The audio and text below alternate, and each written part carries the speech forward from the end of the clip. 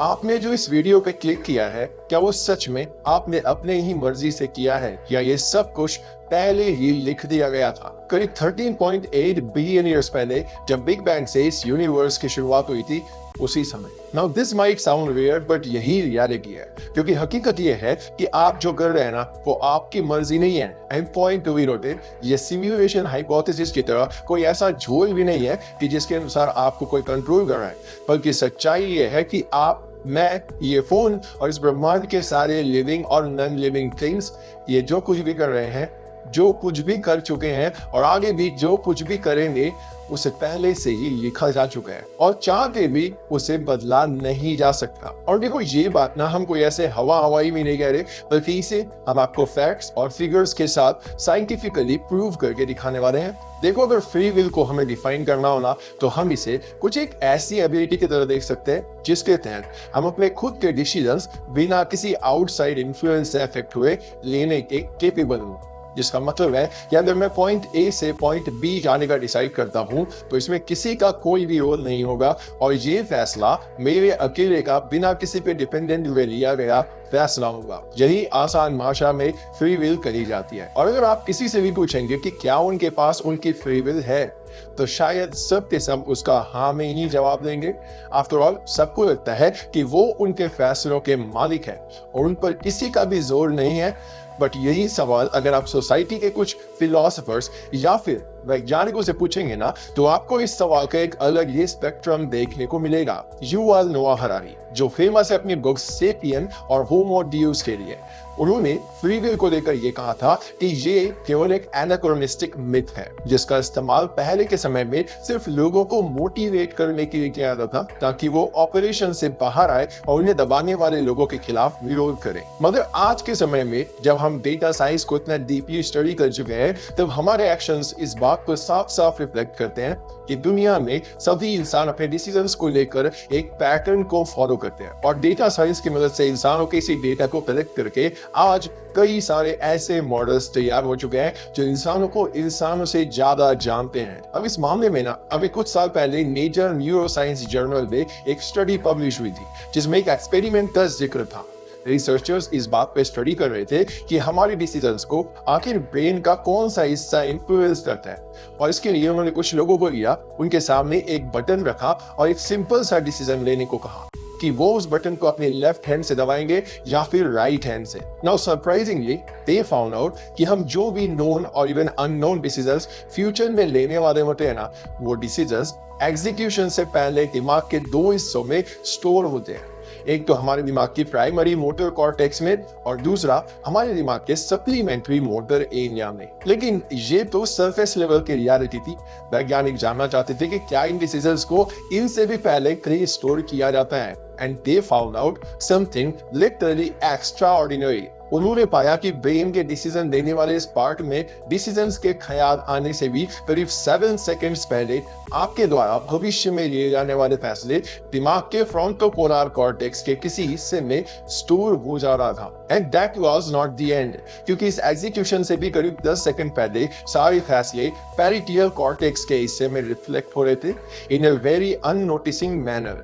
इसका मतलब कि ब्रेन के लिए ये एक बेहद ही नॉर्मल फंक्शन था। नाउ सोच के देखो, इससे पहले कि आपको खुद को पता हो कि आप क्या करने वाले हैं, आपके ब्रेन के एक सबकॉन्शियस हिस्से को उस फ्यूचर का अंदाजा लगा रहता है।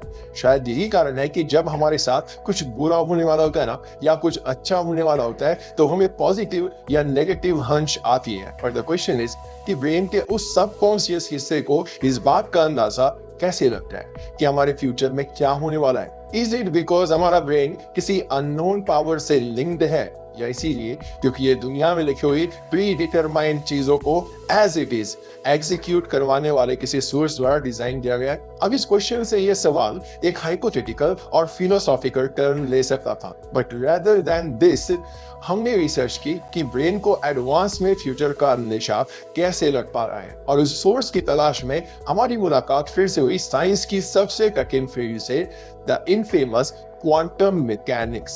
एक जर्मन फिलोसोफर आर्थर शोपेनहाउर ने कहा था कि man can will what he wants.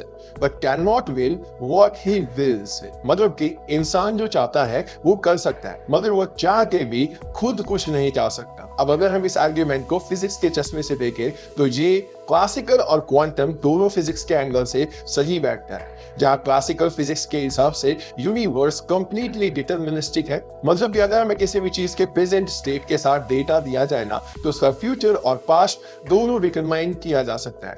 वही क्वांटम मैकेनिक्स कई चीजों में क्लासिकल फिजिक्स से अलग होने के बावजूद इस फैक्ट के साथ कोरिलेट करती है। तो क्वांटम फिजिक्स का बेस है कि एक्सपेरिमेंट्स के रिजल्ट्स में रैंडमनेस होती है, पर इसी के साथ क्वांटम मैकेनिक्स ये भी कहती है कि ऑब्जर्वेशन का रिजल्ट हमारे कंट्रोल में नहीं है, प्लस ऑब्जर्वेशन का रिजल्ट हमेशा प्री डिटरमाइंड ही रहता है। नहीं समझे?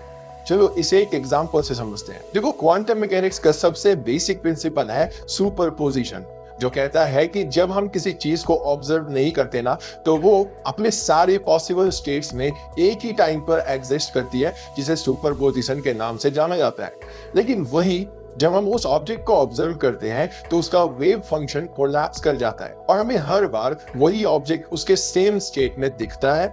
मीनिंग कि भले ही एक्सपेरिमेंट के वक्त कितनी भी रैंडमनेस क्यों ना हो, उसका रिजल्ट हमेशा प्री डिटरमाइंड ही रहेगा, जिसमें न्यूनेस या फ्री विल के लिए कोई भी जगह नहीं होती। अब इस कॉन्सेप्ट को क्वांटम मैकेनिक्स में एक और टर्म से बहुत सटीक तरीके से डिफाइन किया जाता है, नोन एज सुपर डिटरमिनिज्म। ना सपोज करो कि आप एक सिक्का न्यूयॉर्क में उछाल रहे हो और दूसरा कानपुर में, तो आपको भले ही ये दोनों सिक्के एक दूसरे से इंडिपेंडेंट लग रहे होंगे, मगर क्वांटम एंटेंगलमेंट जो सभी सबएटॉमिक पार्टिकल्स को एक दूसरे से इंटरलिंक्ड बनाती है ना, उसके हिसाब से इन दोनों का वेव फंक्शन कोलैप्स के बाद वाला स्टेट हमेशा एक दूसरे से सेम ही रहेगा। और क्यों? क्योंकि सुपर डिटरमिनिज्म एक ऐसा प्रिंसिपल है जो दुनिया के हर एक ऑब्जेक्ट के अंदर वेदर लिविंग या नॉन लिविंग एक इंफॉर्मेशन की एग्जिस्टेंस का जिक्र करता है। अब इंफॉर्मेशन यहाँ पर वो इंफॉर्मेशन नहीं है जो हम जनरल टर्म में यूज करते हैं, बल्कि फिजिक्स वाली इंफॉर्मेशन जिसके बारे में आपने एंट्रोपी में काफी बार पढ़ा होगा। अब इससे पहले कि कोई भी कमेंट्स में कुछ उल्टा सिखा लिखे, आई नो क्वांटम एंटेंगलमेंट सिर्फ सबएटॉमिक पार्टिकल्स पे काम करती है, बट ये मैंने आपको सिर्फ एक एग्जांपल देने के लिए बताया है। Now coming back to the point, जहां क्लासिकल फिजिक्स का डिटरमिनिज्म प्रिंसिपल कहता है कि एक इवेंट दूसरे इवेंट को इनिशिएट करता है परफेक्ट प्रेडिक्टेबिलिटी के साथ, जिसका मतलब कि अगर हम किसी एक इवेंट की एग्जैक्ट डिटेल्स ले रहे ना तो हम आगे आने वाले पूरे फ्यूचर को प्रेडिक्ट कर सकते हैं। वहीं पर सुपर डिटरमिनिज्म प्रोबेबिलिटी के साथ रैंडमनेस को भी जगह देता है, जिसके अनुसार अगर आपने कोई ऐसी हरकत की जो उस डिटरमिनिस्टिक फ्यूचर से अलग हो तो भी बाकी इवेंट्स इस तरह से अलाइन हो जाएंगे कि फाइनल रिजल्ट डिटरमाइंड फ्यूचर से ही कोरिलेट करे। इन शॉर्ट, आप कितना ही दिमाग क्यों ना लगा ले, आप कुछ भी क्यों ना कर ले, होगा वही जो आज से 13.8 बिलियन ईयर्स पहले बिग बैंग के दौरान से ही डिटरमाइन हो चुका है। बिकॉज आफ्टर ऑल आज हम जितने भी पार्टिकल्स और सब एटॉमिक पार्टिकल्स को देखते हैं ना, उन सबका फर्स्ट ओरिजिनेशन यूनिवर्स की शुरुआत यानी कि बिग बैंग से ही हुआ था। नाउ इसी को अगर हम ह्यूमन पर्सपेक्टिव में रखें तो इंसान और कुछ नहीं बल्कि अपने ही दिमाग के ऊपर जो होते हैं। आफ्टर ऑल हमारा हर एक छोटे से छोटा एक्शन तो इसी दिमाग की बदौलत हो रहा है। Now, at the end of the day, हमारा ह्यूमन ब्रेन है तो एक फिजिकल ऑब्जेक्ट थी, जिसका मतलब कि ये भी फिजिक्स के नियमों से ही बाउंडेड होता है। Hence, चाहे हम क्लासिकल फिजिक्स के पर्सपेक्टिव से देखें या फिर क्वांटम फिजिक्स या फिर क्वांटम मैकेनिक्स के, इन दोनों ही पॉइंट ऑफ व्यू से हमारा ब्रेन सिर्फ एक प्रोग्राम की तरह ही दिखता है, जिसे खुद तो ऐसा लगता है कि वो अपनी चॉइसेस अपने मन से ले रहा है और आपको भी ऐसा फील करवाता है, मगर हकीकत तो ये है कि ये सब कुछ एक कॉम्प्लेक्स बायोलॉजिकल एल्गोरिथम की वजह से हो रहा है, जो इस समय हर किसी के दिमाग में इम्प्लांटेड है और सबको प्री डिटरमाइंड एक्शंस में धकेल के ये मानने पर मजबूर कर रहा है कि वो अपनी मर्जी के मालिक खुद ही होते हैं। और शायद यही कारण है कि इंसानों द्वारा ली गई हर एक चॉइस में एक तरह का पैटर्न होता है, जो कई बार सिंपल होता है तो कई बार कॉम्प्लेक्स। और साल 2018 में वैज्ञानिकों ने इसी पैटर्न को ढूंढने की कोशिश करते हुए एक टेक एक्सपेरिमेंट किया था। देखो, उन्होंने अपने मॉडल को कई सारे कुकिंग वीडियोस पे ट्रेन किया था और फिर उस मॉडल के सामने कुकिंग एग्जांपल्स चला के फ्यूचर प्रेडिक्ट करने को कहा। एंड गेस व्हाट, कई केसेस में वो मॉडल शेफ के आगे होने वाले एक्शंस को एक्चुअल टाइम से 3 मिनट पहले ही प्रेडिक्ट करके दे रहा था। दैट इज नॉट इट, बल्कि इसी घटना के करीब 2 साल पहले साल 2016 में मैसाचुसेट्स इंस्टीट्यूट ऑफ टेक्नोलॉजी के स्टूडेंट्स ने कंप्यूटर मॉडल को 600 घंटे के वीडियो डेटा पे ट्रेन किया था और फिर एक ऐसा एल्गोरिथम बनाया जो एडवांस में ये प्रिडिक्ट कर सके कि वीडियो में दिख रहा शख्स किस करने वाला है, हक करने वाला है, हैंडशेक करने वाला है या फिर हाई फाइव करने वाला है। And based on its training वो more than 43% of the time human actions को सही तरीके से प्रेडिक्ट कर रहा था। हमारे सनातन धर्म में कुंडली की मान्यता बहुत होती है और अगर आप फ्रॉडस्टर्स के पास ना जाके किसी सही ज्योतिष के पास जाके अपनी कुंडली दिखाएंगे ना, तो मजाक से हट के वो आपके जीवन की एक चीज सटीक से बता सकता है। इवन अगर मैं किसी मृत व्यक्ति की कुंडली दिखा दो तो वो मैच कुंडली देख के बता देते हैं कि ये बंदा मर चुका है या इसकी जिंदगी के कितने दिन बचे हैं। एंड लिटरली मैंने ऐसा अपने आंखों के सामने भी देखा है। नाउ होरोस्कोप जब खुद कॉस्मिक ऑब्जेक्ट की पोजीशंस पे बेस्ड होती है, क्या इसका मतलब ये हो सकता है कि उसकी पोजीशन इस फैक्ट को डिटरमाइन करने में भी एक मैसिव रोल प्ले करती हो कि उनसे कई एस्ट्रोनॉमिकल यूनिट दूर बैठे इंसान का भविष्य कैसा होगा। सुनने में अंधविश्वास लगता है, लेकिन इसको अगर हम आज डिस्कस किए गए सुपर डिटर्मिनिज्म और फ्री विल के प्रिंसिपल से देखें तो इनमें बहुत सच्चाई लगती है, जो हमारे भारत के ऋषि मुनियों को शायद हजारों साल पहले ही पता लग गई हो। और शायद तभी कई बार ऐसा होता था कि बेहद इंटेलिजेंट और स्मार्ट बंदा जीवन के बहुत से इंपॉर्टेंट डिसीजंस में इतना डम्ब बिहेव कर देता है कि उसके हाथ से अपॉर्चुनिटी मिस हो जाती है, इसीलिए क्योंकि उसके प्री डिटरमाइंड फ्यूचर में उसकी सक्सेस या अपॉर्चुनिटी लिखी ही नहीं होती। बड़े बुजुर्गों की भाषा में कहे तो विनाश काले विपरीत बुद्धि वाला हाल। खैर, आपका इस बारे में क्या मानना है? आपके हिसाब से क्या यूनिवर्स में सब कुछ प्री डिटरमाइंड है या हमारी फ्री विल सच में एग्जिस्ट करती है?